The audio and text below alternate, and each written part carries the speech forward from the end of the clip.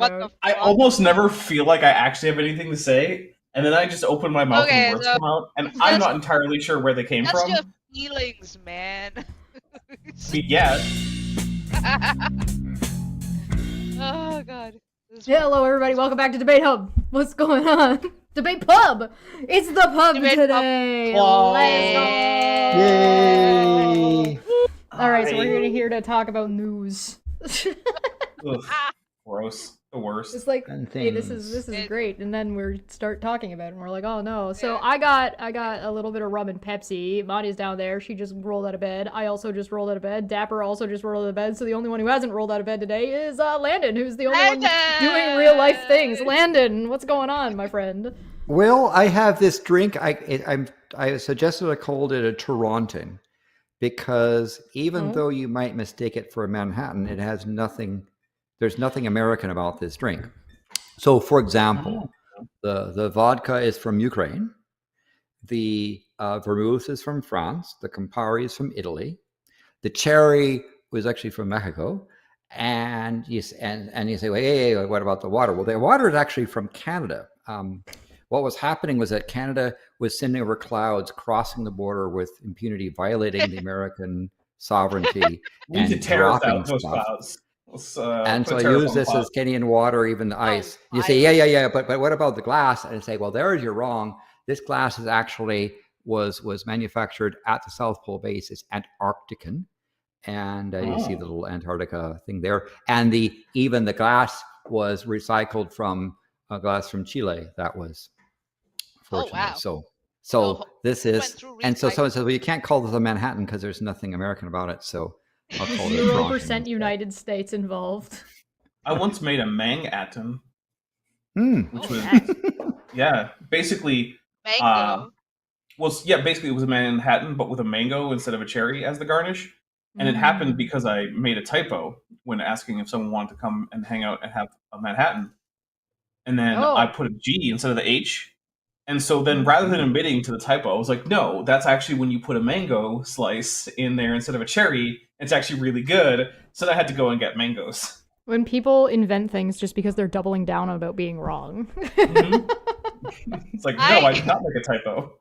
I had forgotten how long Landon's list was for the show, for today's show. I'm looking in the Greek. Well, it's only I only went back to the last month. Yeah, I saw that yesterday. You added more of this, like, my guy. Yes. Holy well, it's part of my sanity mechanisms, right? One of them is that I only look at news during a certain small segment of the day, although other people send me stuff. And then the way I unload it in some ways is to come up with lists of corrective actions. Yeah, we've got fire all ICE agents hired during the Trump era. Fire all ICE agents who use... Yeah. Wait, why do we have to qualify after fire all these ICE agents? Just fire all of them. So actually it starts with there was certainly there's a restore funding of college universities where funding was curtailed because the government didn't like their policies and their staff things. Create a bill that prohibits the federal government from attacking law firms based on their client list. Create a bill that bans FCC from interfering with media content protected in the First Amendment. Create a bill that prohibits the White House from removing press credentials based upon the published content that's protected in the First Amendment. Create a bill that prohibits the government from withholding government contracts unless the company hires or fires certain personnel. Create a bill that prohibits the federal government from demanding equity shares in companies in return for their hiring and firing certain personnel.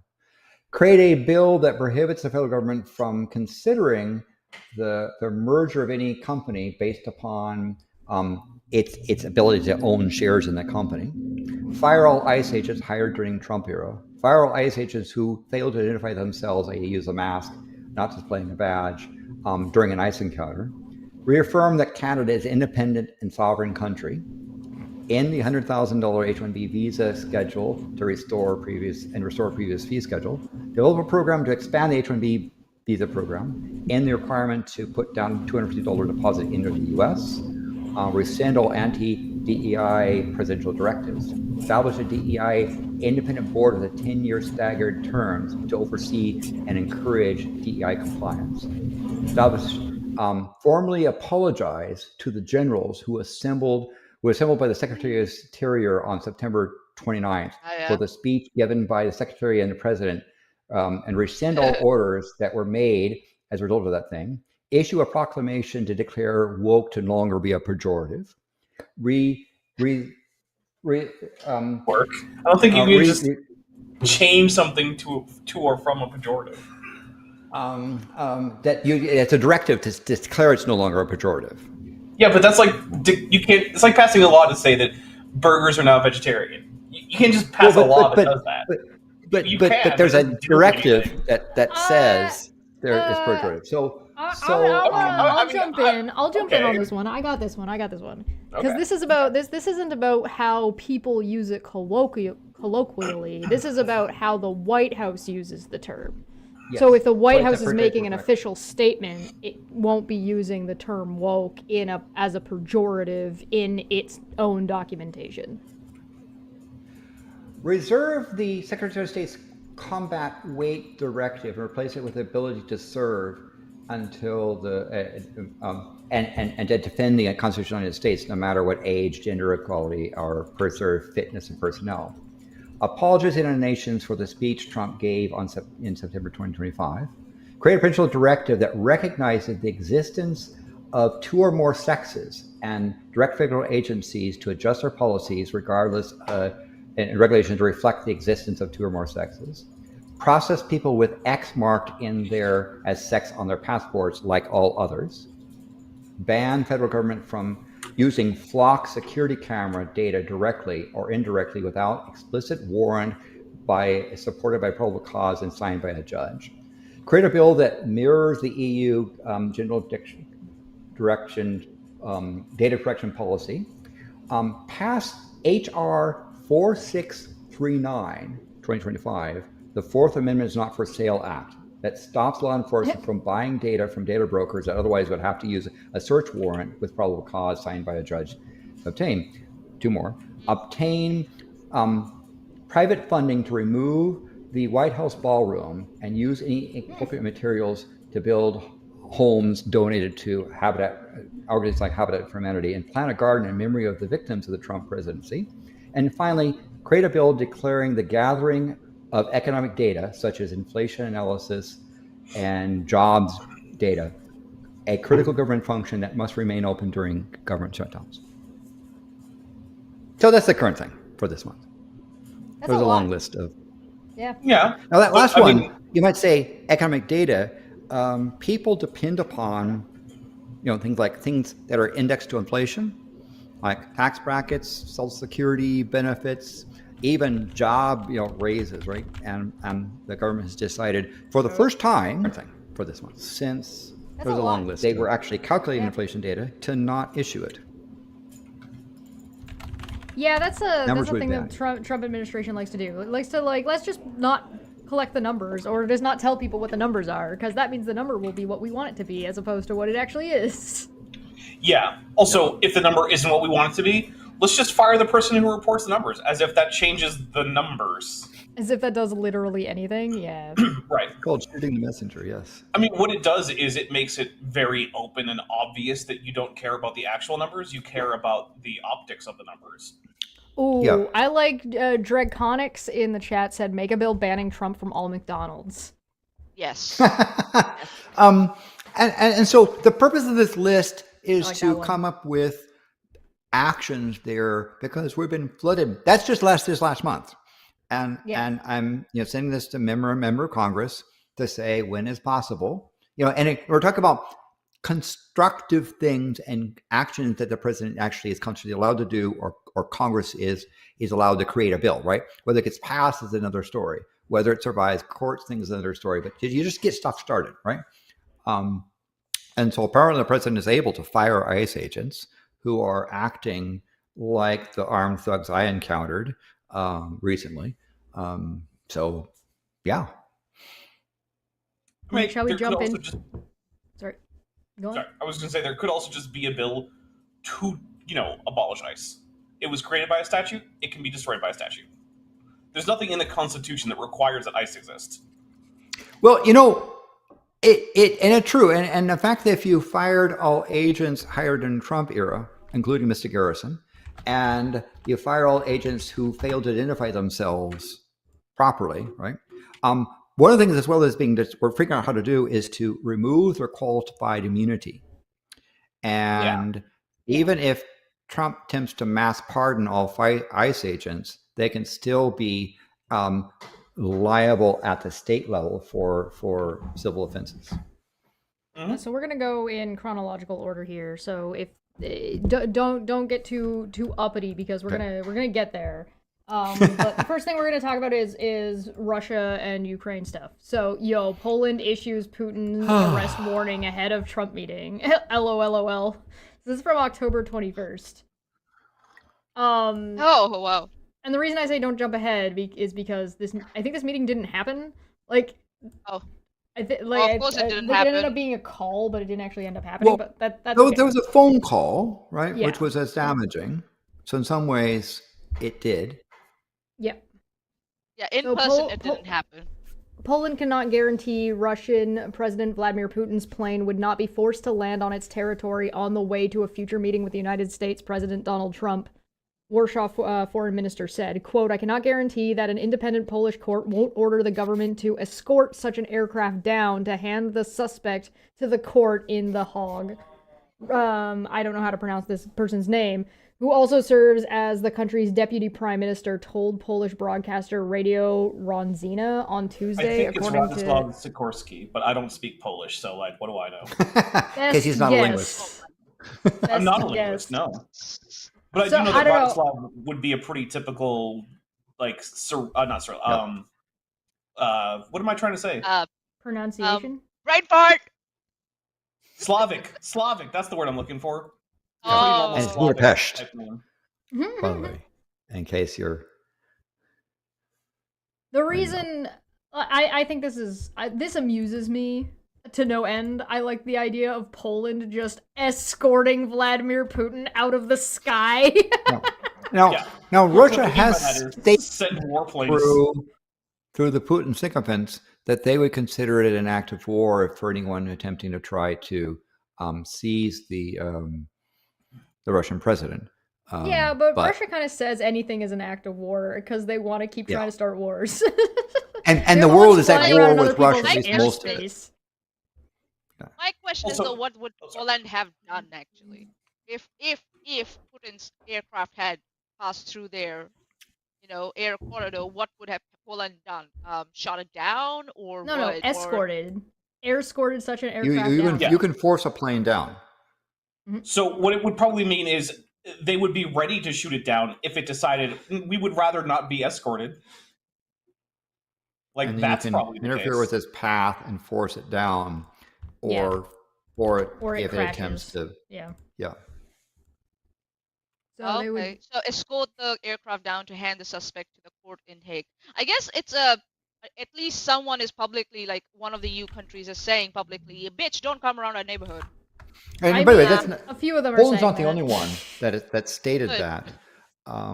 But the other problem is that the Hague has said that they're requesting sort of better protection services should they get a hold of a high-profile person like that, how to maintain them, right? Because you could see a military strike thing coming in to attempt to so-called extract the prisoner. Yeah. And like Russia's also been like egging Poland on by like sending aircraft into their airspace and stuff. So like they're waiting. They're trying to get hit.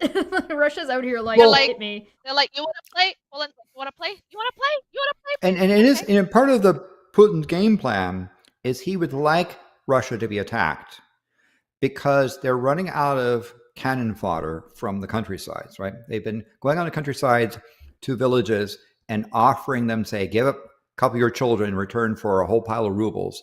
They're kind of running out of that money to pay as well as people. And they need to continue to push into Ukraine more bodies. And so the thought is the only way that they could get into the cities, major cities, like St. Petersburg, Moscow, places like that, would be to have a mass mobilization. And so if Russia said, we have been attacked, then they could declare a unilateral draft. They don't have to pay people, and they could try to get. So I think they would like some kind of a thing, which is why last 2 weeks, Russia invaded the sovereignty of Netherlands, Belgium, Poland, Turkey, Romania, Estonia, Latvia, and Lithuania. Just the last 2 weeks. Not to mention Alaska. There's also a report that's come out, if I can find it, that is saying that Putin's envoy claims diplomatic settlement of war is close, right? Like, come on. Well, they might get Agent Orange to think that their proposal is worth the paper it's written on, right? In return which for is bribes. Toilet paper. Yeah. I mean, I guess toilet paper is useful, but I mean, the way you do it is you give the child in the White House a gold trinket. You promise them the ability to create a nice golf course in Moscow and a tower with a T on it, and he'll fall over and pee on himself. In before the little cross, the lowercase t that Christians wear, it starts representing Trump. Russian defense sector shows first signs of slowdown since invasion of Ukraine. So there's been reports of this as well, where Russia's defense sector shows signs of slowing down following 3 years of high growth fueled by the war in Ukraine, according to report. Yes. Data from National Statistics Agency, Rosstat, suggests the military-industrial complex that forms the backbone of Russia's war economy may be stalling after 3 years of double-digit growth. In the Moscow Times, an independent news outlet reported. Yeah. Companies linked to the military stagnated or declined in September for the first time since 2022. Following year-on-year growth over 20% in August, the manufacturer of fabricated metal products fell by 1.6%. The following month, according to Rosstat figures, in the same category, growth of 26.4% in 2023 to 31.6% in 2024. Meanwhile, production of other transport equipment, including tanks and armored vehicles, slumped to a growth of just 6% year over year, more than 60% by August. And one of the things that's how Russia has this big problem that if the war were to stop, they have a couple of problems. They have all these factories that they're paying out of the coffers that would no longer be needed, right? And on the other hand, you have all these people involved in the war effort would come home. They've been trained to kill people, not necessarily effective, but trained that way. And they'd have a bunch of angry people coming home and a bunch of people saying, what's going on? The other thing that's happened is the European sanctions have really stuck, combined with the fact that we're beginning to see the complicity of the government of India and government of China backing away from supporting and funding the war in Ukraine. Well, they've got cut another way one back here. on the on things like the purchase of coal and oil products. So Russia's economy is really hurting. Also, if I might dare say, the whole this idea that Russia might have that they can outlast Ukraine now, that's kind of come in jeopardy now, isn't it? Exactly. It looks like it's the other way around. Ukraine is going to outlast Russia, because I guess I might be being morbid or really, really insensitive, but Ukraine has already suffered losses and they're coming out of that. Absolutely. Right? Russia very, very is traumatized.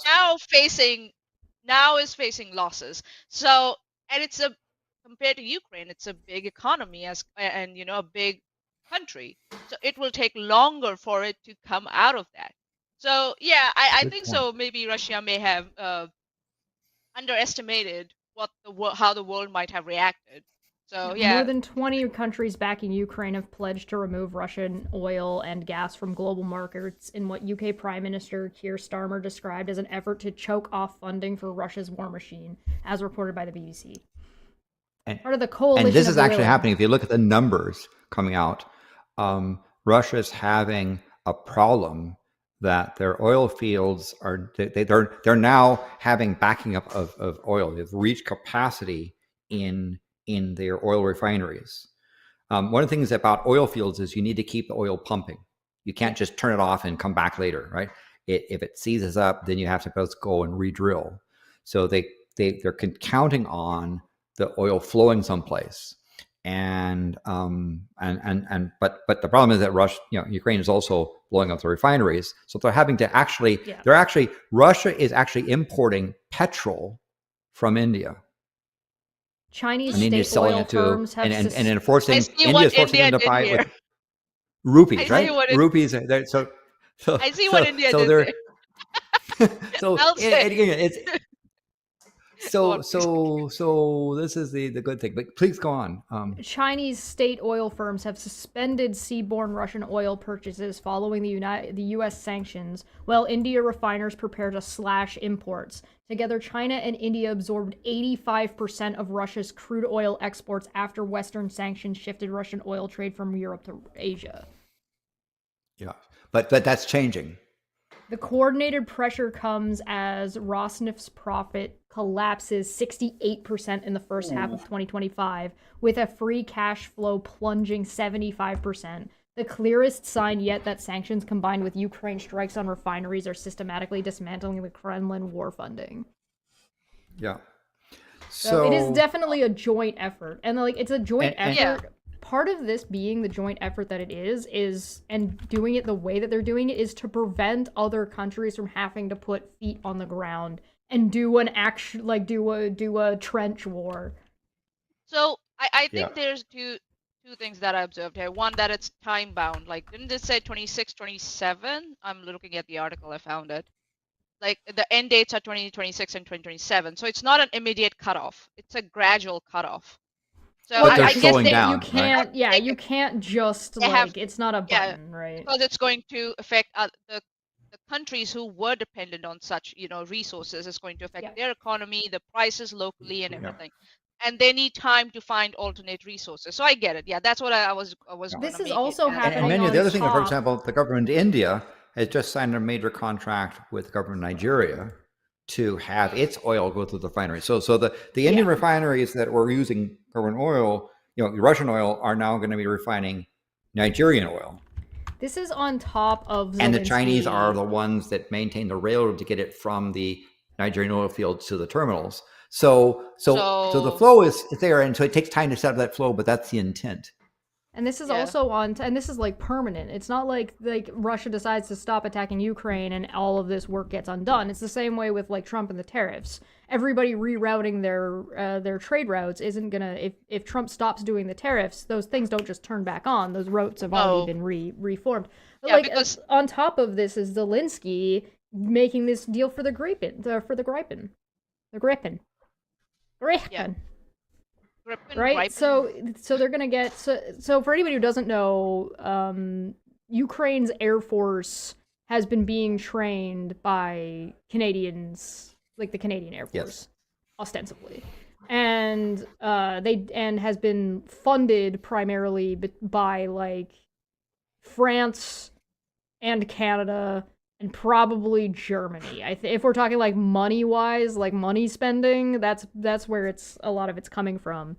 And what's interesting is to see there's a big deal going on, or supposed to be going on, for the F-35s or the F something or another's from the United States, and nobody wants them anymore. So the Gripen is the next best one that people are looking at getting. And so seeing this also the Swedish and knowing where this money is jet. coming from and who's going to be training on these planes it's going to be Canadians. So that's how long will it take? Or will it take for them to get operational, right? But it's kind of it's sending out a signal, right? Ukraine is saying that we are gonna up our game. We are going to upgrade, and because of what's happened now. And I think so it's good that they're doing that. They need to do that and I think so other countries around Russia, they need to start taking notice, and they need to start upping their game, because Russia is gonna attack them no matter what. Yeah. Now they're going to find an excuse, that and they're gonna attack like them. Start upgrading your shit now. Sweden, so understand, Sweden and Finland have had an experience in fighting Russians and winning, right? So those, in fact, Finland is probably the most militarized civilian country on the planet. So they're there, but for example, with Tallinn, that's Estonia. One of my former students says that their their apartment block has no more spare rooms because they're full of Canadians. Now, these Canadians are non-essential personnel. They're merely observers. Oh. Yeah. Finland, or Finnish and Estonian are both Finno-Ugric languages. It's the we would like to not fight the maple syrup people. but I love that. So with that language, isn't Finnish, Dapper, a very interesting language with respect to most European? Yeah, so Finnish is a little odd. Unlike most European languages, it's not Indo-European, so it works pretty differently. One of the things that's a little bit unique about Finnish is it has an undeterminate number of noun cases. So Indo-European languages rarely go past 7, and they usually hang out around 4 or 5 or 0. English mostly hangs out at 0, and there's remnants of about 3 cases in the pronouns. But Finnish, it's like you could count 18, you might count 17. It depends on what day of the week and how you're feeling. It also shares something in common with a few Celtic languages in that in certain contexts, consonants are softened, called lenition, and it makes Finnish a little bit tricky to learn for people who aren't used to that. Let's see. I mean, in fact, a friend of mine who is fluent in Welsh says that Finnish sounds Welsh-like. Yeah, there's actually both Welsh and Finnish use lenition. So do both versions of Gaelic, Scottish, and Irish. In fact, if you are ever confused about Gaelic consonants that don't sound like what you would think they would be, and there's an H after them, the H actually is indicating that that's the lenited form of the consonant, and that's why it sounds funny. Oh. But Dapper is not a linguist. Not a linguist. Hawkskull in the chat is saying that the Gripen wins 75% of the lifetime war game amongst NATO equivalents, including the F-35. So, fun facts. I think that kind of stuff is really, really interesting. Now you know. Should we get into some good news, everyone? Yes. Oh, yes. All right. Good news, everyone. Good tidings, everyone. Good tidings. Good news. South Korea officially recognizes same-sex couples in national census. Hooray! Now? Oh my god. So South Korea... Go ahead. I'm sorry.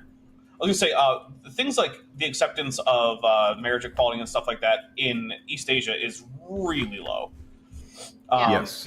India is also guilty of that, let's just say. And India can't seem to, keep it straight. Can you decide? Article 370, does it need to go or does it need to stay? What the fuck? Well, I will point out that the United States is also bringing back gay marriage to be voted on. Oh my So god. that's a thing that's happening. But under newly announced policy changes, we will go the opposite way.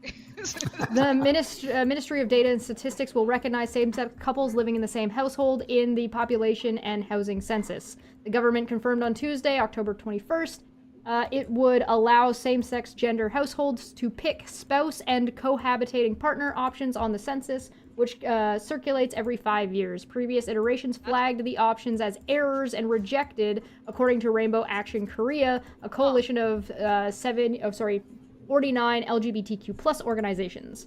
In past surveys, couples of same-sex gender could not select spouse even if they lived together as such. The system would return an error, they said in the statement reported by Straits Times. This is the first step towards having LGBTQ+ citizens fully reflected in national data. Same-sex marriage is not currently legal in South Korea as of 2023. Cohabitating couples can receive spousal coverage under the National Health Insurance Service, or the NHIS. A 2024 ruling upcoming same-sex couples' rights to access healthcare insurance benefits was heralded as a significant step towards LGBTQ+ equality, with many arguing it paves the way towards legalizing same-sex marriage. Yay! Good job, South Korea. Yeah. Good job, South Korea. But Athens Goes 9 said, and the Supreme Court is working on deciding whether or not marijuana users can own guns or not. So apparently the Second Amendment says as long as you're not a stoner. So, Hey. so what's happening here is they're giving these groups visibility, right? which will in turn, like we saw, will in turn let them access to, like, what do you say, services, governmental services, right? And then it also kind of shows that, okay, South Korea is like now starting to look into data and like census data. Like, okay, this has been happening. What do we do about it? And actually starting to introspect, like, okay, is it affecting our people somehow? Like, it's possible that it started with prejudice, this whole thing, and there was a prejudicial, like, what do you say, exclusion that was happening on purpose. It happens in cultures, right? And the systems are set up in that way that people are like, if we don't look at the problem, it doesn't exist, right? So they take it out through just systematically, just like exclude it. But look, by the looks of it, they have decided now that they cannot ignore this anymore. So good for them, I guess. But I think so. There's a long road to go ahead with, especially with it's not. they haven't This recognized doesn't fix same-sex it. marriage yet. Yeah, they haven't recognized it. But it's a good But start. I think so. Maybe South they Korea will has take it come slowly and steadily. has come a long way from a country that was effectively a military dictatorship into a country that put the previous Donald Trump insurrectionist in jail for attempting. Yeah, they're better as a democracy than the United States is right now. Yeah. I would agree. Also, in good news, power of allies in safeguarding the rights of trans people in Australia. Aussie, Aussie, Aussie. Nice. Oi, oi, oi. But you have to say allegedly. Unless you've been living under a rock, you'd be aware of the tsunami of anti-trans laws and policies that have been actively pursued in many parts of the world. Donald Trump's efforts to erase the very existence of trans people in the United States is attracting the most attention, but he is by no means the only one. Viktor Orban, the Prime Minister of Hungary, and Russia's President Vladimir Putin are similarly relentless persecuting of trans people. And there's an Observer tweet. Yeah. This sharp increase in the cruel subjugation and oppression of trans people in several countries is causing stress and anxiety amongst the trans and gender diverse communities in Australia. Does a similar fate await them? Fortunately, the evidence reveals that transphobic hate is unlikely to gain any significant foothold in Australia. This is, in part, because of a high proportion of Australians have no appetite for trans hate and discrimination. A poll commissioned by Equality Australia in the first quarter of 2025 found that 86% agree or strongly agree that government and oppression should not politicize trans issues for political gain. 89% agreed or strongly agreed that LGBT people deserve to live with dignity and respect. 91% what a crazy idea. Right? 91% agreed or strongly agreed that trans people should have the freedom and choice to live their lives in the way that makes them happy, and 81% agreed or strongly agreed that trans people deserve the same rights and protections as other Australians. These numbers are heartening and notably show significantly higher support than the responses collected in 2020, when 78% of Australians agreed that trans people deserve the same rights and protections as other Australians, and 57 strongly agreed. I'm jealous of the earlier 78% numbers. Like, geez. Yeah, that's hard to get that level. Be a shithead. Yeah, I'm gonna be a shithead. Yeah. I'm gonna be a shithead here. I'm just like, but what does the other side say? Have any? Who cares? There's 10% of them. No. But I'm not talking about that side. No. Let me finish. I'm not talking about that side. Okay. Yes, I'm talking about actually the trans people in Australia, what their experiences have been.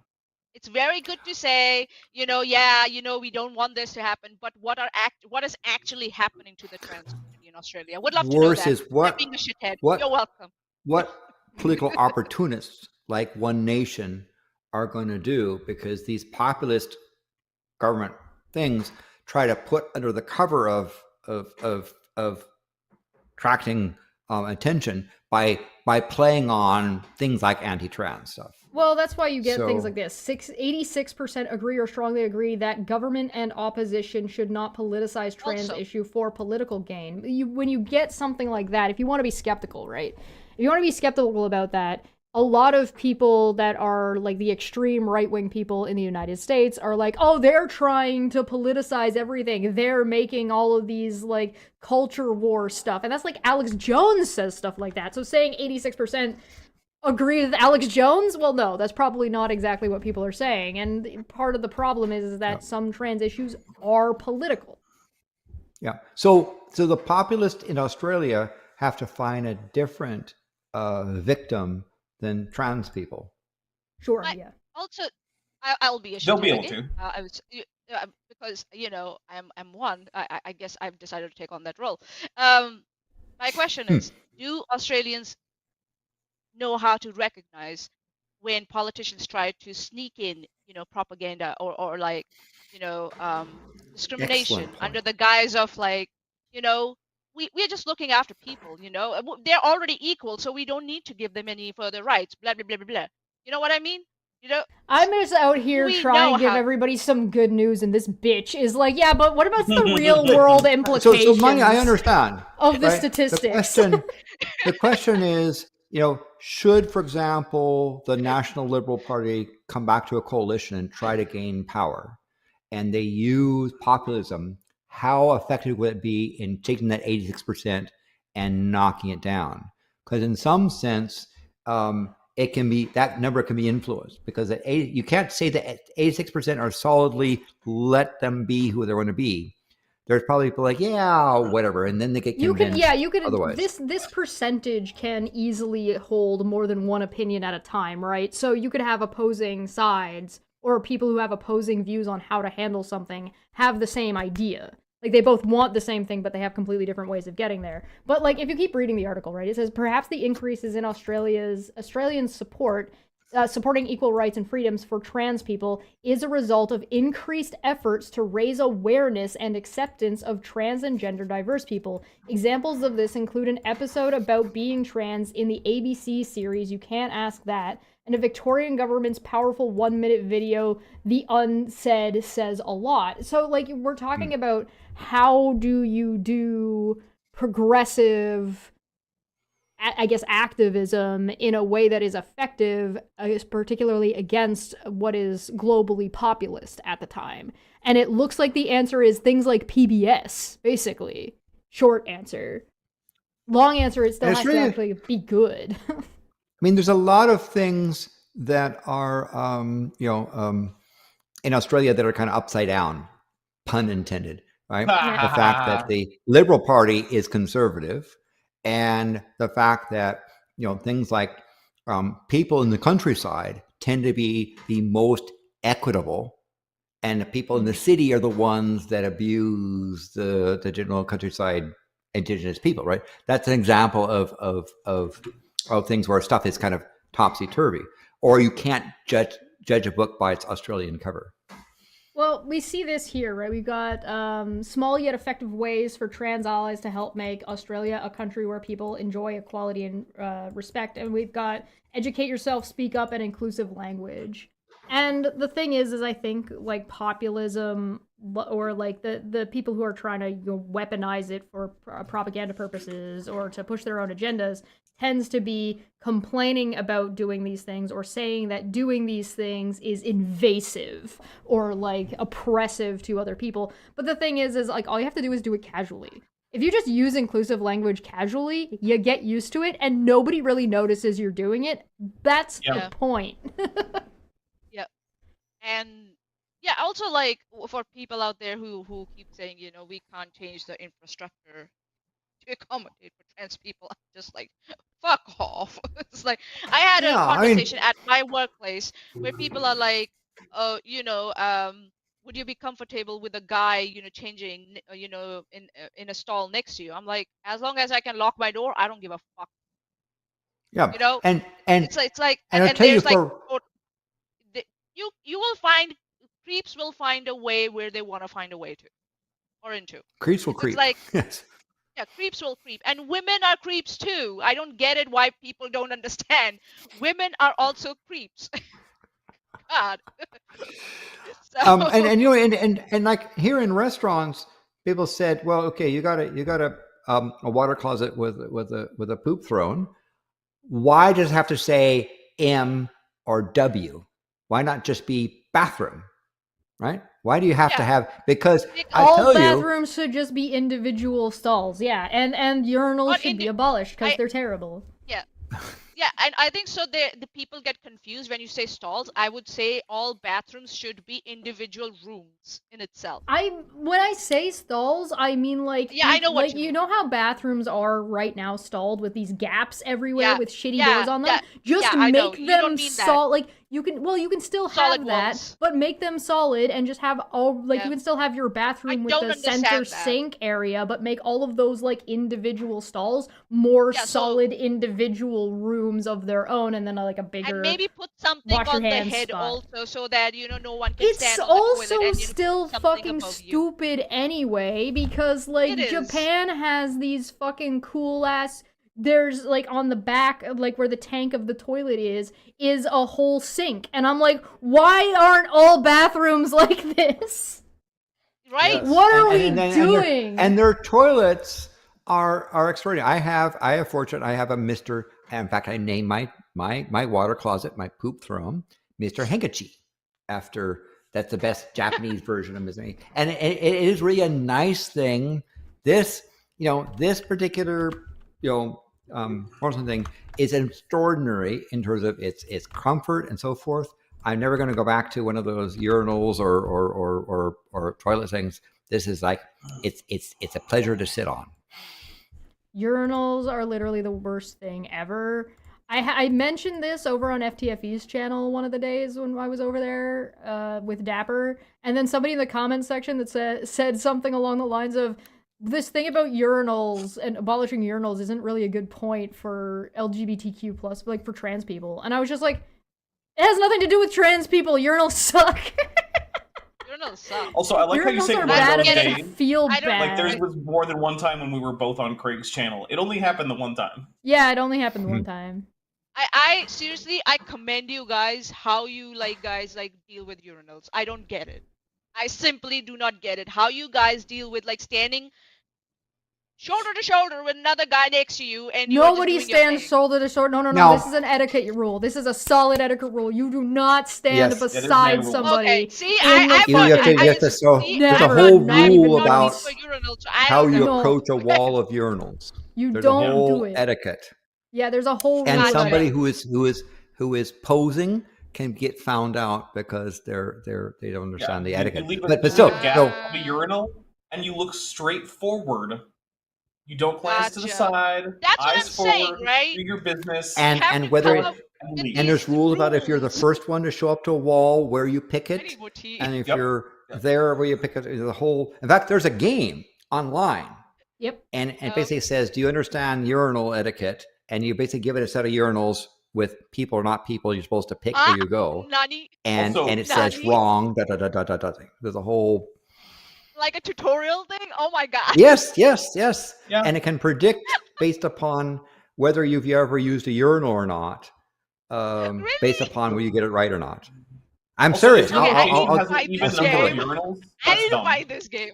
It's like I've played the game before. I aced it. Have you? Nice. Really? I need to find this game. Find me the game. Find me. I need to download it. Tesh ready to go into the men's room with the shiwi. Yeah. Meanwhile- I'm good to go. I know all the etiquette. I know all the rules. So on the other hand, I this is make the a thing great will say boy.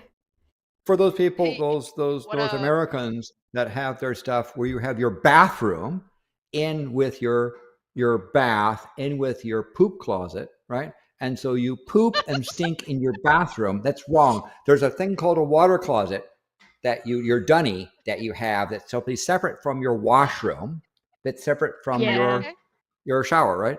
And to have your toilet in where your toothbrush is stupid. It's Yes. gross. It's unhealthy. It is. So you Yeah, don't have do it. your and I found it because I was trying to notice everyone has this separate dunny, a separate room from their bathroom, and the person says, "Well, yes, you have a bath in your bathroom. You have your poop in your poop closet." Yeah, you that's have a what's so washing hard. space where you go to get clean, and then your other space where you go to get rid of waste. Yes. Yeah. And so I have a genuine thing, but mine is nicer because I have Mr. Hankachi, this Japanese toilet that includes positive air pressure and washing things. I don't use toilet paper. I don't need toilet paper Oh, because that's Mr. Hankachi handles it. And the No, seat is it's heated and it's all it's and I have India. in front of me. It's okay. He's India, not. we've He's got a water man. fountains. We cannot deal with women. Cannot deal with no toilet paper. There's got to be some there for reasons. Yeah, we need some. You should see Japanese toilets for women, and there's a women mode for it, or female, or people that have and I'm told by people that anatomy that the Japanese toilets work really well. Yep. No, it's great. You still need to have it on standby. I need to move to Japan. I need to move to Japan. Oh, she goes to go collect another citizenship. Yes. On the other hand, it's not uncommon in Japan people to take out loans for their poop closet. Why? Because they're expensive. You have to have Japanese ancestry to have Japanese citizenship. Really? But I can live there, right? If I wanted to. Oh yeah. But I can live there. Yeah, okay, then that's the idea. But you can't vote. You won't be able to be a president.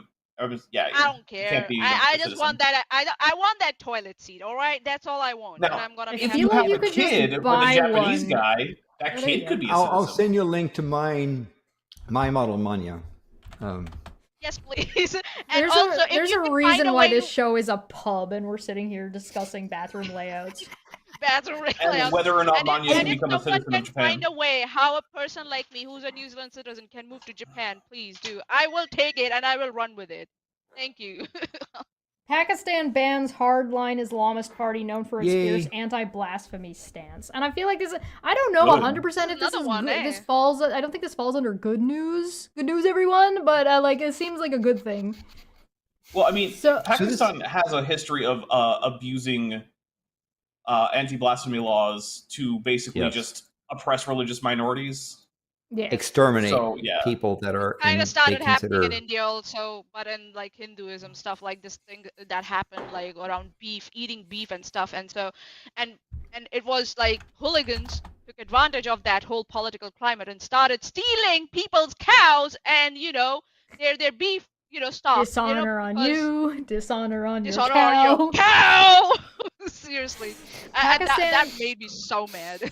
Pakistan banned a hardline Islamist party on Thursday more than a week after heated clashes with police that left at least 5 people dead. The ban follows a march by the party that I can't... Maanya's chair! Pronounce this word for me. What is it? Okay, I'm coming. Oh, what is the word you can't pronounce? I don't know.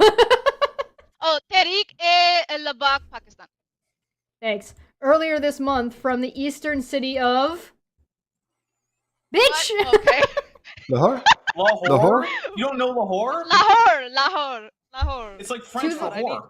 Give me 1 second. It's Lahore. The next word is Islamabad. She can go. Next word is Islamabad. Next word is Lahore. Verdink. Just. I swear, half the jokes I tell while I'm on with Chesh is just to see if I can break Chesh temporarily.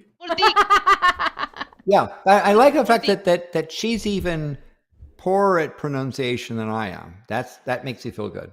Thank you, I'm glad I can make you all feel better about yourselves. It escalated into a vicious street battle. Guys, be more serious. This is a vicious street battle. Choose your weapon of choice. Leading to a crackdown on the party, which has come to be known for these violent confrontations. A statement from the office of Pakistani Prime Minister Shehbaz Sharif said the ban was unanimously approved by the federal... What? Not a nice person. That's in parentheses. Approved by the federal cabinet, citing violent and terrorist activities. The ban is the latest chapter in a complicated relationship between the Pakistani state and the TLP, which has amassed considerable grassroots support in recent years for its hardline views, particularly on blasphemy and degradation of denigration. Islam. Denigration. Yeah. So this is a party that wanted to permit the penalty of blasphemers either to be stoned, which is a horrible situation. Yeah. It's not a mind fun thing, or tossed off of buildings 8 stories or higher, right? They wanted to basically... Oh my God. I guess Pakistan has to create that distinction between Afghanistan and themselves, don't they? So they are like, we're not gonna do We're that. not those All right. guys. And also, like, they have to be presentable, because it's like, I will tell you, countries like India will jump on it. They will jump on it anytime Pakistan will try to, like, what do you say, advocate for itself at the international stage. India will come in and say, this is what the fuck they do. Do you really want to be on their side? And so I get it why they're doing it, but it's a good step. Again, I think so. This is the second one that we have read. There was also a previous one where they had banned, I think so, underage marriage, if I'm not wrong. Chesh, we did like a lot of debate hubs ago. So there's slow steps happening, and I think so. Pakistan is realizing that they have to move forward. They cannot compromise on like this is a low bar. This is a low bar. As simple as that. The religious side of the state is being forced to move forward if it wants to participate on the global stage. Yes. Yes. Yes. Yep. Yes. If I have to put it nicely, I guess. Put it nicely, yes. And I mean, Japan. Sorry, go ahead. Japan, no. Yeah. Okay. Japan is vowing to yes. boost defense spending by 2% of GDP by March. There we go. So this. What do you think of this Japanese prime minister? I don't know anything about them. Some refer to her as the Margaret Thatcher of Japan. Really? Oh, really? Interesting. Go on. I'm asking. That's why I was asking, right? And Yeah, I have know no if idea. That is. She is not this progressive, by any means, person. She got to the position by trying to be anti-progressive, but I don't know. This is the charge I was asking if someone knew. I guess better Margaret Thatcher than Donald Trump. Yeah. I guess. Yeah, I mean, Thatcher's kind of a Reagan type thing, so yeah, I guess. I'd rather have Reagan back than Trump. I don't want Isn't that Reagan saying back. something? That's like, saying something. Considering how low Reagan was. Reagan wasn't a fascist. He was terrible, but he wasn't a fucking fascist. It's like that. When the bar is, do you want fascist or not fascist? It's pretty hard to pick not fascist. Yeah, I'll take Reagan. Remember when I had said that countries around Russia, they need to start amping up their game? This is what I was talking about, right? They're taking, like, Japan's taking seriously the threats from China, North Korea, and even Russia. That's what it's signaling to, signaling at international stage. I get that's what's happening. Yeah, I mean, Japan is solidly lining in step with rearmament of Europe and South Korea's activities and Canada's activities and like G7. To some extent, they can't count on the United States protecting them. Now, Australia will remind you way back in World War II when the U.S. said, "See you," and abandoned Australia to force them to actually defend themselves because of reasons, right? They do. Australia learned that lesson even in World War II, but so did France learn that lesson early on as well. That Trump or someone following on Trump's footsteps won't play the same game. Yeah, there's no guarantee. Yeah, no, nothing Trump says matters. Well, no, the bad stuff he says matters because he's going to do that. The worst version of whatever Trump says is what matters. Yeah, because that's the most likely outcome. Yeah. But I wanted to bring up, what did this just do? What the hell? What are you doing? There we go. Okay, so we have a couple things because I thought it'd be fun to point out that Canada's bullying Trump. Because we talk about Trump a little bit, but Canada yes, you're making him feel bad. Yeah, so he's hiking the tariffs by 10%. He's mad. He's a mad little guy. U.S. President Donald Trump has announced on social media that he will be increasing the tariff on Canada by 10% over and above what they are paying now because of an advertisement by the Ontario government. And it's Doug Ford that did it, right? Yeah. It's Ford, not Carney. So the rest of Canada has to suffer because Ford made an ad, which, by the way, I was at a collection of Canadians watching the things like the very first pitch hit grand slam where the Dodgers, which is a fun team to hate, were being eliminated in game one, but they had this very effective ad that essentially says, effectively Trump, the message to Trump is Reagan says tariffs are stupid. And when someone says, let's impose tariffs on foreign imports, it looks like they're doing the patriotic thing by protecting American products and jobs. And sometimes for a short while it works, but only for a short time. But over the long run, such trade barriers hurt every American worker and consumer. High tariffs inevitably lead to retaliation by foreign countries and the triggering of fierce trade wars. Then the worst happens. Markets shrink and collapse, businesses and industries shut down, and millions of people lose their jobs. Yeah. Throughout the world, there's a growing realization that the way to prosperity for all nations is rejecting protectionist legislation and promoting fair and free competition. America's jobs and growth are at stake. Hey, Landon, remember that time I said I would take Reagan over Trump? Yeah. And by the way, he actually had a 5-minute speech that he wrote himself and read himself, not telepromptered. And he was actually speaking to both Democrats and Republicans that were trying to say, put taxes on foreign stuff. And he basically said no. And so Trump is mad. By the way, it is Ontario, Canada, that did this, and so specifically, yes, Trump is punishing all of Canada because he got butthurt by this thing. And no, wait, Doug Ford said he will remove it after the World Series ends. Isn't if you watch the World Series, national checklist we'll see the ads that has like collective punishment on the list of things to do, like the Geneva checklist or something like that? Am I remembering this correctly? Geneva. Oh my god. By the way, ontario.ca.partner/partner. Check out that URL, by the way, ontario-ca./partner. I would say that it's not just it's like to make that ad and to put it out. Like Ontario, like they knew what they were doing. They knew what they were doing. Oh yeah, of course they did. Because like how much of their Canada's exports go to US? Over 3/4, if I'm not wrong.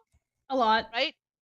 Yeah. So they risked all that just to like, not just to like, they risked all that to like make a point to Trump that let us prove to you that he's a fucking fascist. Here you go. Listen. All right. There's a couple things you need to know. Let me get in real close. There's a couple things you need to know. First off, Ontario, and also Ontario Canada must have thought in the background something. All right, okay, go on. I'm just saying, like, Canada must have come up with some fail-safe before they went ahead and published that ad. Like, yeah, this will be our strategy if Trump retaliates. Hopefully, that's what they've done. Maybe somebody from Ontario might want to respond. All right, so listen up. There's a couple things you need to know. One of those things is that you need to know a little bit about. You need to know a little bit about. You doxed my whole province. Ontario is so small. Doug Ford is a weenie and a petty bitch. All right, so that's the first thing you need to know. So he is definitely gonna throw sucker punches around because he's that kind of guy, and that's one of the reasons he gets voted in. Now, the other problem, the Ford family are special. They're special. They're problematic. I don't want them in charge, but they are currently in charge of Ontario specifically. However, also, Canada, when the tariffs first started, back at the beginning of 2025, Canada bought ad space on billboards to educate Americans about what tariffs were. Oh, wow. So it is not outside of Canada's purview at all, or even surprising to me that we bought an ad that basically debunks Trump to the MAGA people who think that what Trump is doing is in line with old school Reagan Republican policy, because that's their rhetoric. So they bought advertising space to tell people, and specifically these MAGA Americans, what Reagan actually said. This isn't an ad to make people want to buy Ontario shit. It's a slap in the face and a threat, because what are you gonna do to Ontario? Fucking nothing. And you want to know why you're not gonna do anything to Ontario? Because we will turn off your fucking power. Yes. Oh. And if you're watching World Series from a US feed, you'll see behind home plate URLs that if you go there will give you the full 5-minute Reagan speech about tariffs are stupid. Yeah. Yeah, which, by the way, negates some messaging from the government saying that, oh, this was actually taking Reagan out of context, actually. No, it's not. Here's the thing. Oh, yeah. In the strictest sense, literally, of like, well, you didn't include all of the context, that's technically true. But if by that you mean you're misrepresenting what he said, no. Reagan had advisors. Like, Reagan himself was a fucking idiot, right? This is a man who had, like, one of his chief advisors was his freaking astrologer, right? So, like, Reagan is an idiot. However, he had actual economists who were advising him who knew that tariffs were generally super stupid. Yeah. One of the other things that goes along with this here is understanding a little bit about, like, this is a YouTube slap fight. This is the equivalent of. Because when somebody said something fucking wrong, Ontario responded with what the actual information was, and then Trump is responding to, hey, you're dumb about tariffs, with doing more tariffs. Like, I will point out that Maanyaa and Chesh have little experience with this kind of YouTube slap fights. They have no... They don't do anything regarding that at all. Not even Not at all. They're just... No. I don't know what you're talking about. Some of the most drama-free YouTubers that have ever existed right here. My favorite part about this is their advertisement was to be taken down immediately, but they let it run last night during the World Series, knowing it was a fraud. The U.S. president. How is it a fraud? How is it a fraud? What the fuck? Yeah, and in fact, that's the thing. It was played actually twice during game one, and behind home plate where URLs showing, going there to hear the entire Reagan economic speech on why he's not going to do tariffs. And then he's like, I'm going to terminate all trade discussions over it. And it's odd because one of the challenges in trying to do trade with Canada is that each province can do its own thing. Because Canada is, well, they've got this Carney prime minister thing. They really are a bunch of separate provinces and territories that each do their own international stuff. And so you really need to have a multi-province trade policy. And Ford is probably trying to gain political points by being anti-Trump because it sells well in Canada. That's one of the it should. That's one of the things too, right? Is that was one of Carney's main running points. He's like, we want to have one economy, not 7, right? Where he's like, we need to work together. One of the reasons why, like, Canada isn't an energy superpower like people think it should be, based on our resource management, is the fact that we operate independently as provinces more than we operate collectively on a global scale. And so part of removing those trade barriers between the provinces is part of rectifying and changing that and shifting into a much larger space and kind of behaving as large as we actually are, because we tend not to do that too much. But in other Canada news, because Canada likes to bully people, Mark Carney was asked about Netanyahu, and I'm just gonna play it real quick as soon as I can pull it up. Oh, maybe I can't pull it up. Anyway, they were asked if Netanyahu landed in Canada, would he be arrested? And Mark Carney was like, yes. It's like the Trudeau government had this policy about if Netanyahu came here, he would be arrested. Are you going to, like, continue with that? Yes. Is there going to be any changes? No, of course. Why would we change that? So, Israel has been urging Canadian PM Carney to drop pledge to arrest Netanyahu. I mean, I understand that Netanyahu tries to remain prime minister because he wants to stay out of jail. Yes. Yeah. Yep. He thinks it's gonna give him some sort of like diplomatic immunity. I mean, so far. Well, no, has. Israel. If they were have a change of government, legitimate change of government, he knows he's going to receive the South Korean treatment. So, and not even just for Gaza. I mean, the amount of stuff he's done non-Gazan should put him in jail for the rest of his life, let alone the genocide he's done in Gaza, right? Yeah. Israel urged Canadian Prime Minister Mark Carney to drop his pledge to honor the International Criminal Court's arrest warrant for Prime Minister Benjamin Netanyahu if he traveled to the country. Carney was asked in an interview with Bloomberg published last week if he would fulfill the commitment of his predecessor, Justin Trudeau, to arrest Netanyahu on war crimes if he came to Canada, to which he replied, yes. Like, he didn't even elaborate. He just said yes. Quote, there doesn't need to be any more elaboration. Right, exactly. Quote, we believe that Prime Minister Carney should, of course, reconsider this and welcome Prime Minister Netanyahu, the leader of the only Jewish state and democratic country in the Middle East, to Canada, end quote. Israeli government spokesperson Sash Bedozayan, I don't know, told reporters. The ICC issued arrest warrants last year for Netanyahu for alleged war crimes and crimes against humanity in the Gaza conflict. Israel rejects the jurisdiction and denies war crimes in Gaza. Of course they do. But, like, you know what Canada collectively said to this? LOL. LOL. No. Yeah. And this is the problem. One of the sad things about the government of Israel's structure is the Knesset makes it virtually impossible for a government to suffer a no confidence vote. So when a government gets in, it's in for the full period, and then it ends up establishing a re-election process to make sure that it wins again, right?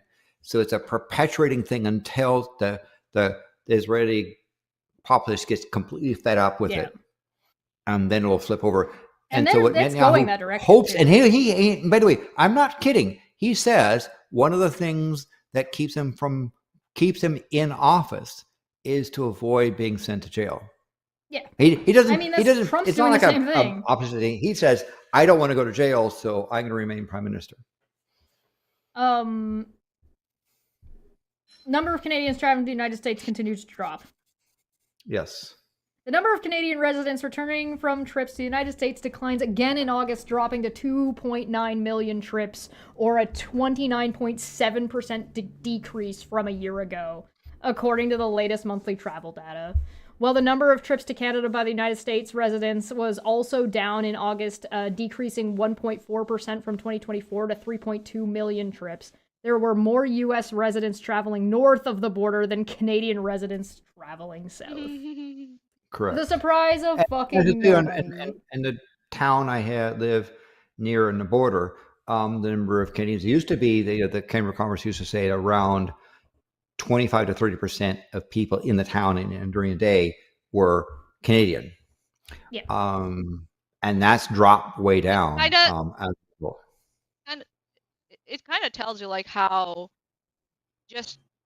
like the government's policies changes the relationship, the border relationship between two countries, right?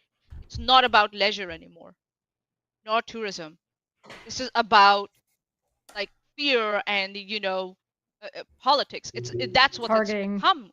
Like, yeah, when it was not like that before, between Canada and US, of all two countries who share borders. It's like, if that starts happening, you gotta recalibrate what you're doing, dude. Seriously, US, for fuck's sake.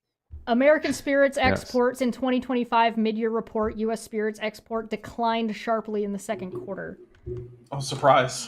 So the American No, Distilled this is Spirits not Exports over. 2025 mid-year report showed a decline were particularly steep in export to key markets including the European Union, Canada, United Kingdom, and Japan. The EU accounted for half of all U.S. spirit exports in 2024, and collectively these four markets represent 70% of total exports by value. That's a lot. Damn. Nowhere is this shift more pronounced than in Canada, where U.S. spirit exports plummeted 85%, falling below $10 million in the second quarter of 2025. Wow. U.S. spirit sales in Canada declined 68% in April of 2025, whereas the sales of Canada and other import-exports rose about 3.6% each. Again, like... That's a once they lose that like shelf space and shelf visibility, do you know how hard it will be to get back on it? You know, because of what's because people become used to buying other things. Other things. It's very bad. It's like it's hard to then redirect. It's people for you're making it easy for people to switch. Like when you know, when companies don't want that. They want they actually increase access to their products as much as they can, visually, physically, like, you know, everywhere, like advertisement, like how remote you are situated, you know, and it's just throwing yourself on a fucking guillotine and just like releasing the blade yourself. That's what it is. The fact that it fell below $10 million is insane. We're talking country-to-country export. That's an insanely low number. It basically doesn't exist at that point. Yeah. U.S. exports experienced notable declines across all key international markets. Exports in the U.S. and the U.S. spirits industry's largest market fell 12% to $290.3 million. Well, exports to the UK dropped 29% to 26.9 million, which is really low, and those to Japan decreased 23% to $24.4 million. The second quarter data shows double-digit declines across several spirit categories, including American whiskey, down negative 13%, vodka negative 14%, rum negative 6%, brandy negative 12%, and cordials negative 15%. Damn. Wow. I understand, you know, from the American market, to be able to ship by rail up to the border, and you don't have to go very far because most Canadians are right next to the border. Yep. You know, was economically more viable than to try to ship it across overseas. The problem, of course, is that Agent Orange, in his economic vandalism, has told overseas people don't buy American products either. And I need to be clear, and Jason pointed out as well, Canada is petty. Petty as fuck. Even if you put it back on the shelf, we're not gonna buy it out of spite. We were driven by nor should you. Spite and snow. Look, if there was a country who was threatening me with annexation and who was slapping irrational, arbitrary tariffs all over the place, I wouldn't want to buy that country's products. No one. Okay, sad bit if you are currently not living in the United States of America, you should do your best to avoid buying American products. Now, if you live in the United States of America like I do, well, okay, you're going to buy some American products because what else am I going to do, right? Yeah. But like, if you're not, you should try to avoid it. Look up, like, what products do you usually buy? Who owns those? You know, where are they made? Just check. And I'm not saying you have to do like a full blanket boycott. If there's something you really need and it's made in America, like, okay, whatever, man. But try. Yep. But I've been to this library, by the way. Mm-hmm. There's a library that is like right on the border where one half of it is in the United States and one half of it is in Canada. And Trump ends Canada access at the shared border library. I understand. You know, this is the border. When they established the Border Commission, they said it's got this library which is near the spot, although technically the 49th parallel is just a little bit to the side, but the virtual border goes through it. And so they basically said, hey, you come in the door, this door, you leave through that door, right? And shared collection of books. But and it's actually a nice place. And they actually have, one of the things in this library they have is a collection of maps of the border and Yep. all the various things that are happening in early days when it was Russian on one side and English on the other side and also things like that. So there's a whole bunch of things about border stuff that's a really interesting collection in this library. But I guess the question is, how do they do it? Did they just lock the door on the U.S. side? They would lock, they'd lock the door. So I think the doors are actually on the U.S. side, so they're just closing it off to the Canadian. No, there's side. there's a Canadian door on the other side. They probably just locked it then. Yeah. The fun part about this is that where does this border? Whereabouts on the very long Canadian-American border is this? Quebec. It's fucking Quebec. Yeah, and well, there's actually one in Saskatchewan. There's also one in British Columbia, but the Quebec one is probably better. How are people going to return their books? My question is... I'm really hoping that in response to this, Quebec takes all of the books off their half of the shelves and puts only the French copies up. Yeah. But yes, no, Americans, come on over, read, go ahead, and then not a single historical thing. It was kind of a celebration. I would go and read the books. And by the way, this is not a block-supported library. This was the Anglophone part of Quebec's library that was built during the time. And Harper, in fact, put a lot of money into restoration of this library. On top of that, just because slapping Trump and America around is fun, Mexico and Canada sign a bilateral economic agreement. Yeah, Mexican-Canadian governments sign a milestone partnership agreement last month to promote and strengthen economic and security ties between the two nations. Canada and Mexico are close economic partners. Aside from their place in the North America Free Trade Bloc, bilateral trade between the two countries in 2024 totaled about $56 billion, and Canada's total foreign direct investment in Mexico in 2024 was about $46 billion. Canada was Mexico's fifth largest trading partner, and Mexico was Canada's third largest as of the end of last year. The key drivers of the new accord is the status of the trilateral United States-Mexico-Canada agreement, or whatever order you put that in, because each country calls it something different, putting themselves first, which is up for renegotiation next year. U.S. President Donald Trump is already questioning its key elements in light of his criticisms that Mexico and Canada are taking a soft approach to cross-border illegal activity in the region, from immigration to drug trafficking, and what he regards as their anti-competitive trade and investment measures. The new bilateral partnership agreement aims to secure the support of economic integration, while the USMCA's future is less certain. Prime Minister Mark Carney and Mexican President Claudia Sheinbaum highlighted several new potential areas of collaboration. The Canadian leadership is interested in more diverse and resilient supply chains via Mexico, while Mexican government wants to increase bilateral trade through direct access to Canada's ports, making the country less dependent on existing U.S. maritime channels. Together, they are exploring joint production to target the growing Latin America and Asian markets, taking advantage of the Trans-Pacific Partnership. What I had always said when we always talk about international trading routes, very important. There's a reason why different countries are leasing land other countries and building ports there, for access to these trading routes. Now, there are two countries here in North America, right? Yeah, who are now going to completely change how where those routes go through now. And this is another thing of Trump administration, just isolating America. Yeah. Now, even trade route wise, on an international stage, access to trade routes is important, and resources is very important. And what? Maanyaa, you died. Your internet just completely took a shit. Really? Okay, cool. I'm just saying. Okay, I'll repeat my point. Sorry. Am I still? Is my go on. Thing still dying?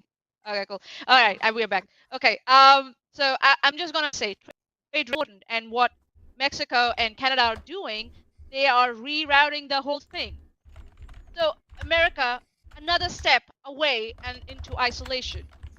Yeah. It's very important to have trade routes, to have access and control over trade routes, and America, without thinking, losing allies who help them, have access and control of those trade routes. You know why it's important? Because that's how the prices affect how of all the products that come in the country. Because those increase in prices, if if they have to choose different trade routes, reroute everything, there will be increase of prices. They will be transferred to their consumers, to their citizens, and I don't know why they don't understand that.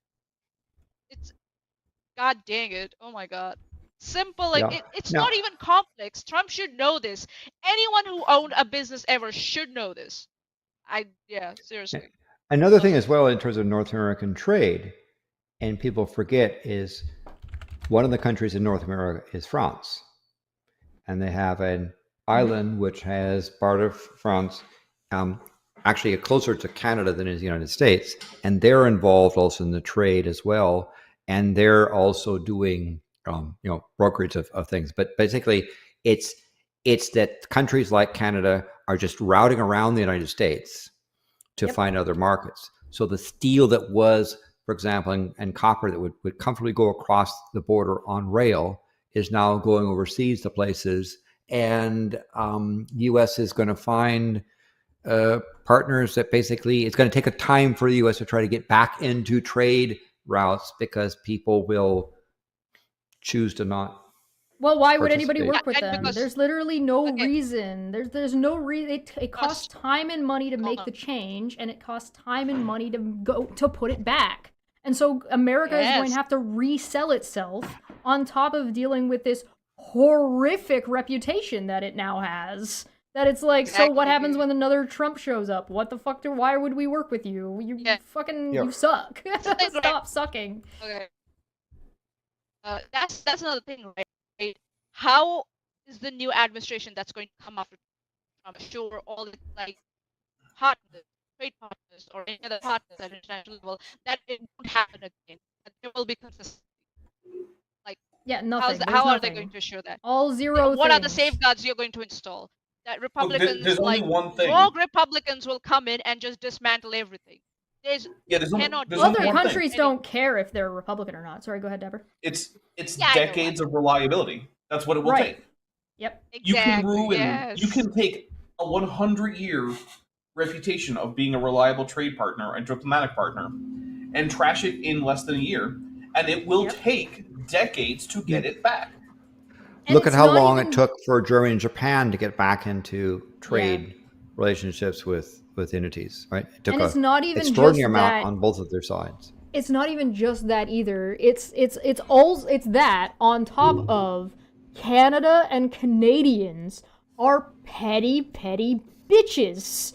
Petty bitches. I love it. You piss us off, and we're gonna remember it forever. We're not talking that this is something that's going to be fixed in a number of years. We have to start talking about generationally. How many generations are going to have to go by before Canadians are like, okay, I guess what, like, why are we mad at this again? Oh, because grandpa was pissy about diapers going up in cost because this one asshole...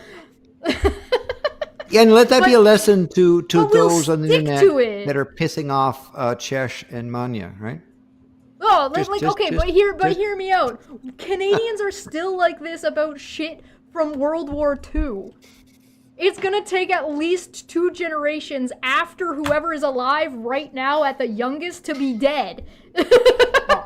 No, I think I have a hope that a emerging administration beyond this current populist era will begin to repair things and demonstrate, not apologize, but demonstrate good behavior. That's the thing. America, stop trying to apologize for Agent Orange's behavior. Start doing. But part of the problem there. Oh, sorry, go ahead. Okay. Oh, so part of the problem there is that even if you start demonstrating good behavior, you've got this sort of like the cheating spouse problem, right? Like, okay, so you marry someone, and they spend years being faithful, and then they cheat on you once. Well, guess what? You're not going to get that trust back just because they start being faithful again, because that's what they were doing leading up to the cheating. Right. There's a degree of also, like, one of the things that's going to be really telling about the next administration is how a cheater, fast they, always a cheater. How fast they get rid of Pete what's his name? Pete, not Hegseth. Hegseth? No, the guy in Canada. Attention. Wait for it. Pee-pee. No. The representative. Hold on. I did 2 videos about him. Let me. Fuck ass. Here, Polyev. No. The one who is the. Wait for it. Everybody's Mad yelling Max? at me. Don't yell at me. 500 people. How many Pete's can there possibly be? Pete Hoekstra.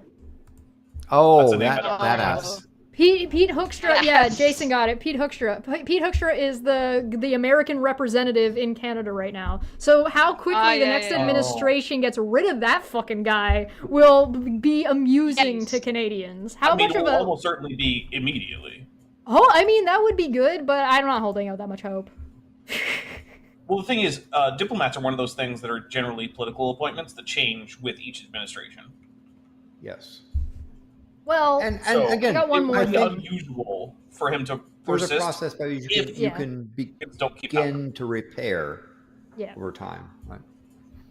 So we've talked about like what Canada's response to the United States has been, and to Trump particularly, which is mostly just slapping him in the face with a wet noodle. And then what Trump's administration and what Trump has been doing, which is crying. But there's a thing about like what are the companies doing, right? So for bailing on promises to Canada, Stellantis and GM will have to pay duty on U.S. vehicles, Carney's government says. So wait, can I get the whole article? Where's the rest of the article, guys? I don't know. Why didn't you give? Why is this the whole thing? Wait a minute. Oh, it's exclusive. I'm not allowed to read it. Hold on, I'll find it. God. Excuse me, I'm gonna go not be a pirate. Please speak amongst yourselves. So anyway, I think again, this notion of the repair of the reputation will take time. I think it's going to happen faster than some people think, but it won't be instantaneous. I think that I gotta say, I love how Sorry. optimistic Landon just is in general.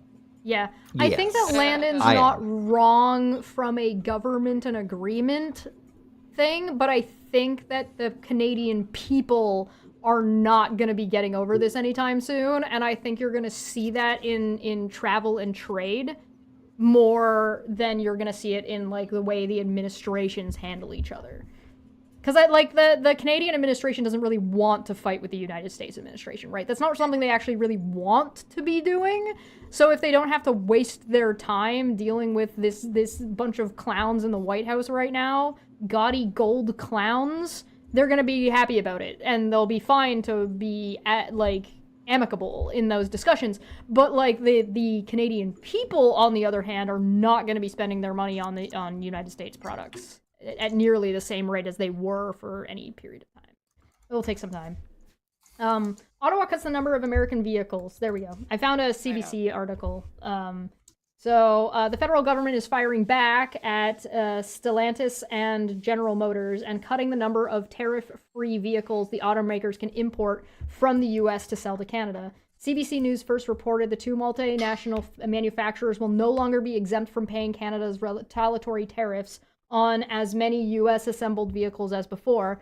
The move is an attempt to put pressure on the companies to reinvest in Canadian production and workers to get this benefit back to avoid a big tariff bill. Quote, this action follows the automakers' unacceptable decision to scale back their manufacturing presence in Canada, directly breaching their commitments to the country and Canadian workers, the government said in a late-night media release.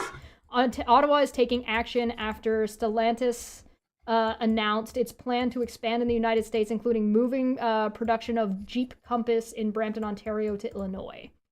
So I wanted to highlight this one because it is literally, because people will be like, oh yeah, we're slapping tariffs back and forth, but like, how does this affect the people and how does this affect the companies, and is there anything that the government is doing? And the answer is yes. The government is directly attacking these 2 particular brands. You know, I would say the one thing that Canada should hopefully continue to do is to expand their domestic EV development market rather than relying that is on also other people. Yeah, that is also happening. So there's I think we talked about it, I don't know if we talked about it on this show last month or the month before, or if we talked about it at all, but there is I want to say it was McMaster, but I'm not 100% sure. But one of the research groups of students in one of our universities developed a new EV car. And so it looks like the government is trying to invest in it and fast track it to get it to market as soon as possible by the looks of things. That's just what it seems like to me. So there's that. So, but the one of the things that's funny is that like there is no Canadian vehicle for all of the how much automotive there is and how much automotive stuff Canada makes. There is no Canadian fucking vehicle. There's no Canadian brand. We got our last thing for today. Okay, you guys ready? Finally, there we go. Yeah, Let's go. Scientists confirm first mosquitoes found in Iceland. This is Thanks, probably climate not. change. Jeez. Ouch. No. The obnoxious Ugly mosquito. flying insects in Iceland are flies. But it Wait, was say that again, Landon? flies, right? Fly season No, in I Iceland is missed terrible. Okay, FLY. but you said something like something of the insects in Iceland are flies. The obnoxious insects of Iceland are primarily flies. Oh, okay, sorry. Oh. I mean, and I'm talking about seriously obnoxious. But it was There's mosquito good free. news then. Mosquitoes are also flies, so they're still flies. Hooray! I guess, but they're flying assholes as opposed to just flying buzzy things. Assholes. I think this is all about like how getting warmer for him. I froze again, I guess. Yeah, 3 mosquitoes have been found in West Iceland, the first confirmed discovery of mosquitoes on Icelandic soil, according to the Icelandic Institute of Natural History. The report by RUV, the insects were identified earlier this month by Bjorn? I'm not trying to pronounce that last name. Who reported the find in the Facebook... Okay. Go again? I'm sorry, I can't hear you over Maanyaa laughing. Hjalteston. Who reported... I like how her response to this is to laugh louder. Who reported in the Facebook group, Insects in Iceland. So if you are somebody who still uses Facebook, first off, why? Second off, maybe join the Insects in Iceland Facebook group.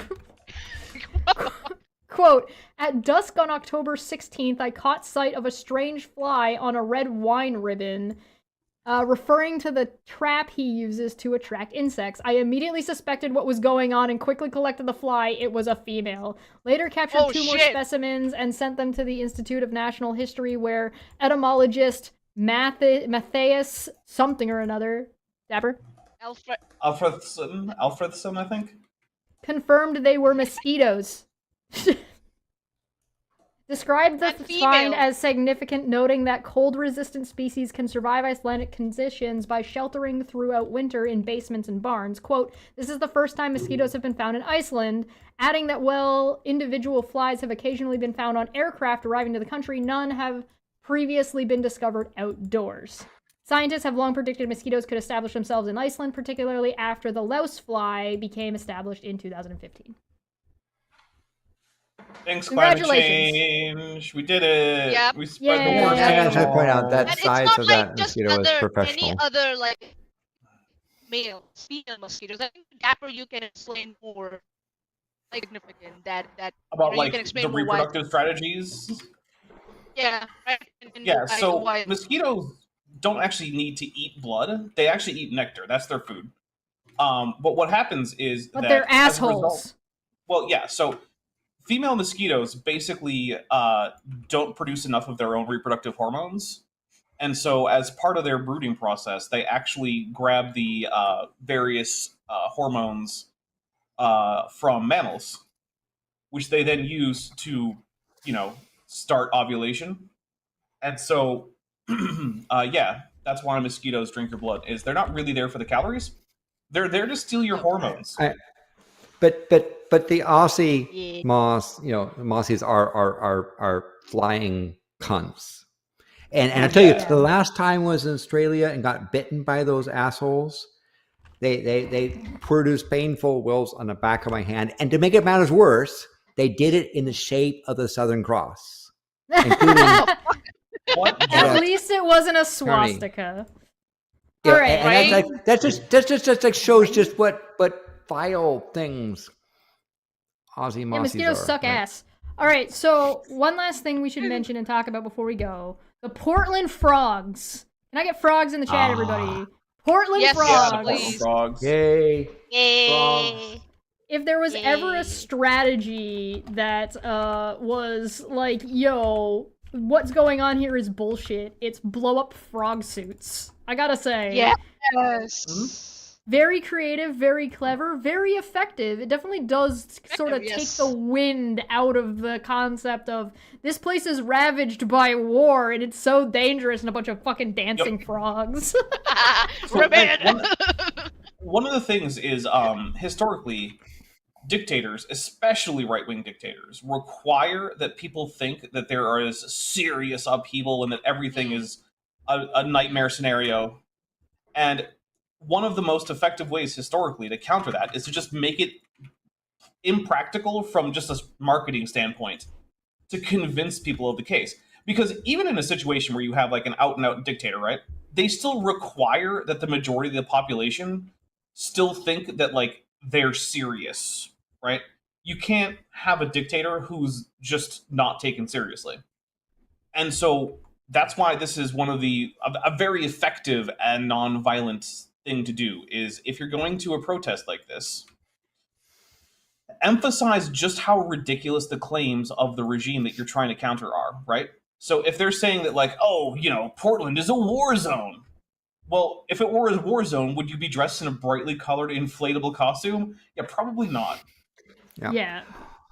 I'll point out for those that are in do convention stuff, cons, right, that the furry community is alive and well in Portland, Oregon. And they're saying that not all people that are dancing in front of ice agents are in frog suits. There are Correct. many things, including there are many people that are pony prone, and that sort of thing, and including Ewoks and other things like that kind of add to the mix. So while the frog It's not thing exclusive. is there is a wide variety of fun things, and this is why often totalitarian regimes go after the comedians. Yes. Because comedians make people see just how silly. That's why they went after Jimmy Kimmel, didn't they? That's why they were mad and tried to cancel Jimmy Kimmel. And people were like, "Excuse me? What the fuck?" No. Same with Colbert, right? Yeah. Yep. Yeah.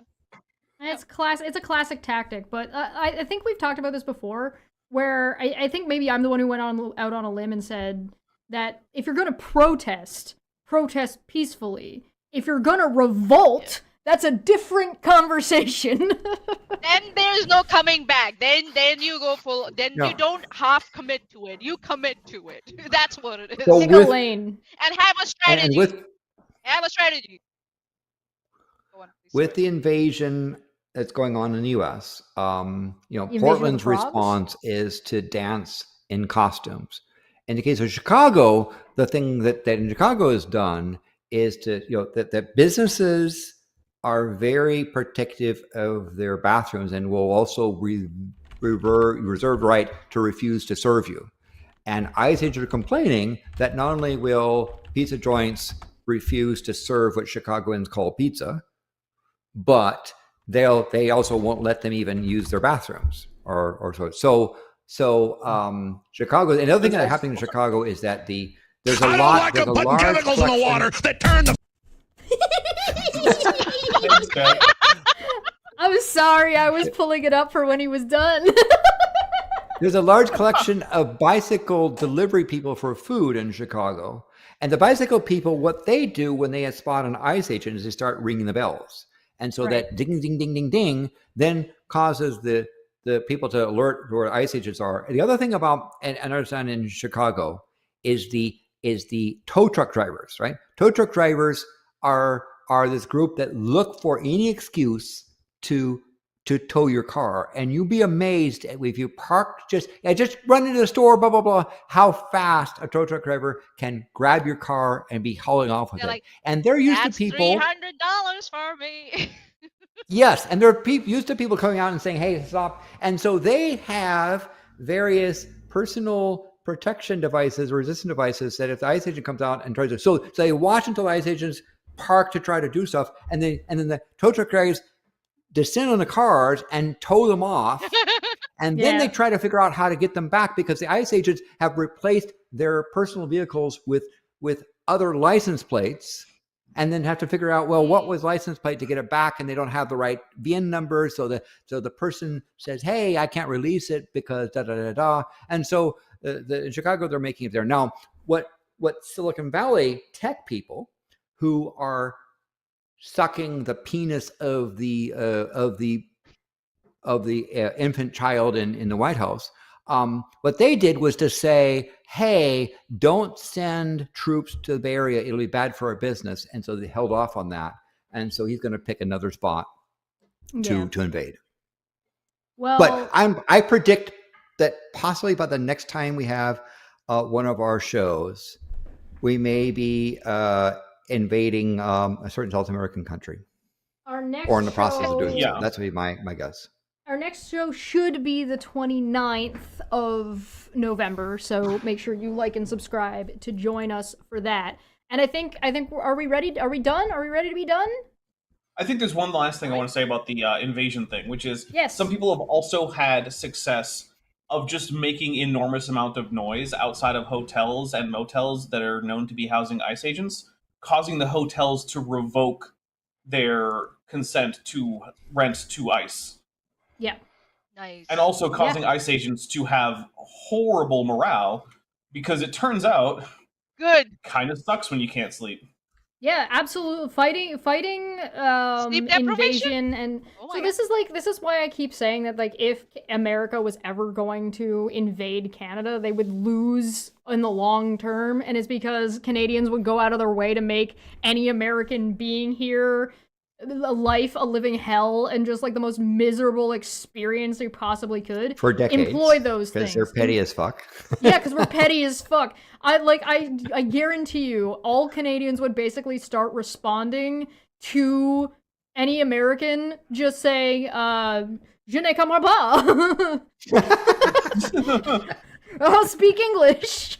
Just use the worst French imaginable. And It's like the most, like, "Je ne comprends pas." Yeah. I don't comprehend. I don't understand. I don't. Je ne comprends pas. Yes. Start saying it with a Spanish accent, like.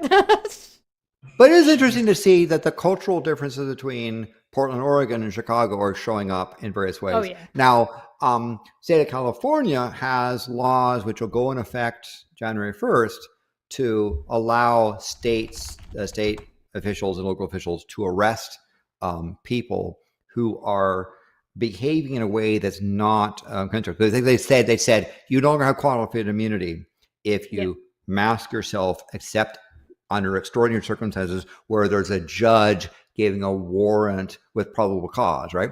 And if you fail to do that and you're senior to that, you could be arrested and detained. So the result is that they're trying to say, well, okay, we'll go and try to figure out how to get National Guard from other states to try to protect them. But this is causing a problem in other matters, because now it looks like Trump's crackdown looks like it's going towards 5 different cities, right? He's now looking at addition to Los Angeles, he looks like he's going, and Chicago. He's heading towards another spot in one of the possibilities is Seattle, that he's talked about, and another, again, Portland. There's other presences that are going on in other states, and people are sort of becoming. Memphis continues to be a possibility. They threatened it, but they haven't done the invasion yet. And of course, DC still has their occupation. Yep. for that. But it's a sad thing where these armed thugs come in, and I think again the notion of attacking the qualified immunity, even if Agent Orange gives them pardons, they can still be liable for state crimes. And so Hashtag like in California, they could be subject to that sort of thing. That's gonna be a thing. All right, thank you so much for joining us. We're gonna get out of here. I'm gonna leave us on this note. Are you guys ready?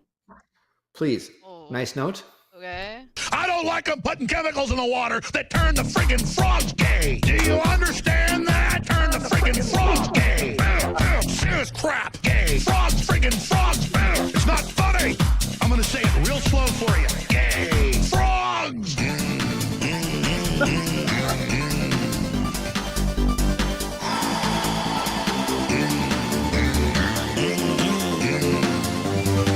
Won't you fight for your life? Gay. Frogs, friggin' frogs. I don't like a frogs. Gay. Friggin' frogs. Frogs. Friggin' frog crap. Won't you fight the frogs? It's not funny. I'm gonna say it real slow for you. Frogs.